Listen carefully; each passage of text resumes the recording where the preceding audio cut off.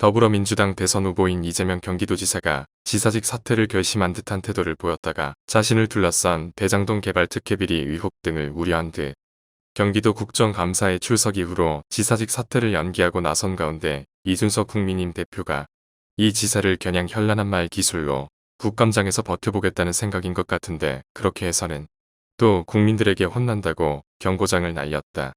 이 대표는 전날 KBS 1TV 사사건건에 출연하여 국감을 받으려면 자료 제출부터 성실하게 해야 한다면서 그런데 지금 자료 제출 요구에 대한 경기도청, 성남시청의 응답은 굉장히 부실하다고 비판했다. 그는 이 후보가 대답해야 할 것이 매우 많은데 말의 향연일 뿐이지 해결된 건 없다면서 더 이상 이 후보가 뭉개는 방식으로 대장동 의혹에 대처하긴 어려울 것이라고 꼬집었다. 이 대표는 문재인 대통령이 뒤늦게 대장동 비리 의혹에 철저한 수사를 지시하고 나선 것과 관련해 윤석열 검찰총장을 임명하면서 성역 없는 수사를 하라고 한 이후에 성역 없는 수사를 하니 어떤 일이 발생했는지 많은 국민이 기억한다며 그걸 본 검찰인데 대통령이 성역 없이 수사하란 이야기가 하란 이야기인가 하지 말란 이야기인가라며 고민하고 있지 않을까 싶다고 지적하기도 했다.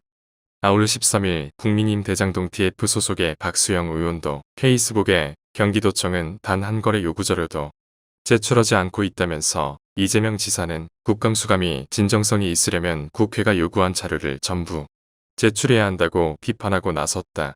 박 의원은 이재명 후보를 겨냥 대통령 후보라는 자가실정법을 아무렇지도 않게 어기고 자료도 증인도 없이 국감을 받겠다고 한다며 뻔뻔하기 짝이 없다. 대한민국 법률과 국회를 무시하고 있다고 꼬집었다. 한편 13일 국민의힘 대선 주자인 원희룡 전 제주도지사는 페이스북을 통해 이재명 후보는 국감 수감이 아니라 구속 수감을 받아야 한다며 이재명 후보는 자신이 설계자임을 인정해 놓고 꼬리 자르기로 위기를 모면하려는 비겁함을 보이고 있다고 저격하고 나섰다. 원 전 지사는 일탈행위를 한 직원을 콕 집어 임명한 우두머리가 누구인가라고 반문하며 이재명 후보는 도의적 책임이 아닌 형사적 책임을 지는 것이 마땅하다. 대국민 사기극 설계자가 가야 할 곳은 정해져 있다고 힘주어 말했다.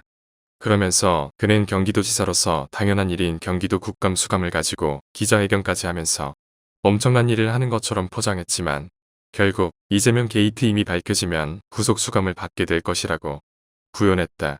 이어 원 전 지사는 대통령의 엄정수사 지시 의중이 무서워 개별 면담을 요청하고 국민의힘 게이트라면서 특검은 회피하는 이재명 후보의 좀스러움은 전 국민이 알게 됐다며 더는 꼼수로 빠져나갈 생각하지 말고 즉각 특검을 수용하기 바란다고 덧붙였다.